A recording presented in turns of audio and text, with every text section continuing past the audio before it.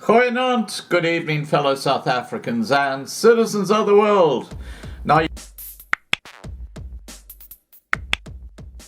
you know when someone's doing a good job in South Africa, because you find the ANC leadership tend to squeal like stuck pigs when they get exposed for their corruption. And what I'm talking about here is the man who is heading up Eskom today. And his name, he's a white guy, André de Ruyter. And of course, André de Ruyter is now under the cosh because he has been kicking out a lot of the tenderpreneurs who've been doing business with Eskom, who are there because of their ANC contacts. They're the black privileged, and of course they've got black economic empowerment. They tick all the boxes for corruption that goes on in South Africa. And de Ruyter, as the CEO of Eskom, has said, no, we're not going to put up with this shit. He's kicked them out. And of course now, as a result of his actions, guess what they're doing? They're suggesting he's a racist. Yeah. That's how sick the ANC and the black privileged are. But someone has actually come in support of him, surprisingly. And it's Deputy President David Mabuza, who said on Thursday, when talking to members of the National Council of Provinces, not to politicize matters involving Eskom CEO André de Ruyter, who has been accused of racism. Mabuza said, "We will continue to investigate any allegations that will crop up as we continue to get Eskom on the right footing. I don't want us to politicize and to racialize the corruption that is happening at Eskom. Corruption is corruption, and we must not give corruption a color." The Deputy President was responding during an oral question and answer session in Parliament on various issues, which included the government's COVID-19 vaccine rollout, land reform, and Eskom.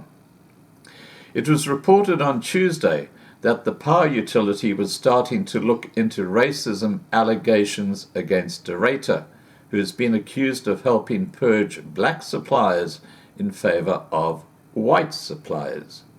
Well, maybe because of the integrity of the supplier.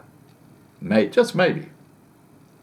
But of course, despite that, the economic freedom fighters Brenda Tirana Matavola told Mabuza that Mashela Koko, Brian Molefe, Anoj Singh and Soli Chitakano were suspended from their executive and senior management roles at Eskom on various allegations such as corruption and underperformance.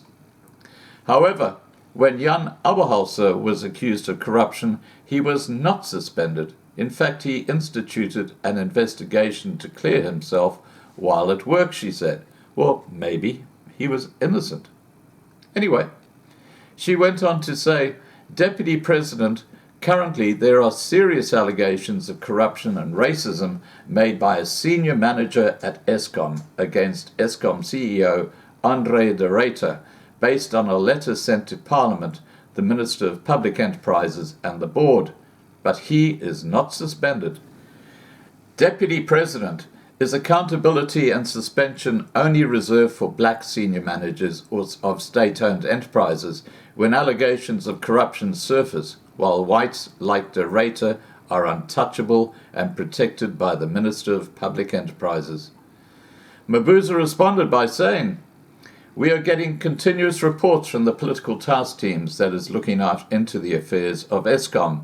We are continuously briefed about the corruption cases that are being followed and investigated, and we appreciate progress being made by law enforcement agencies.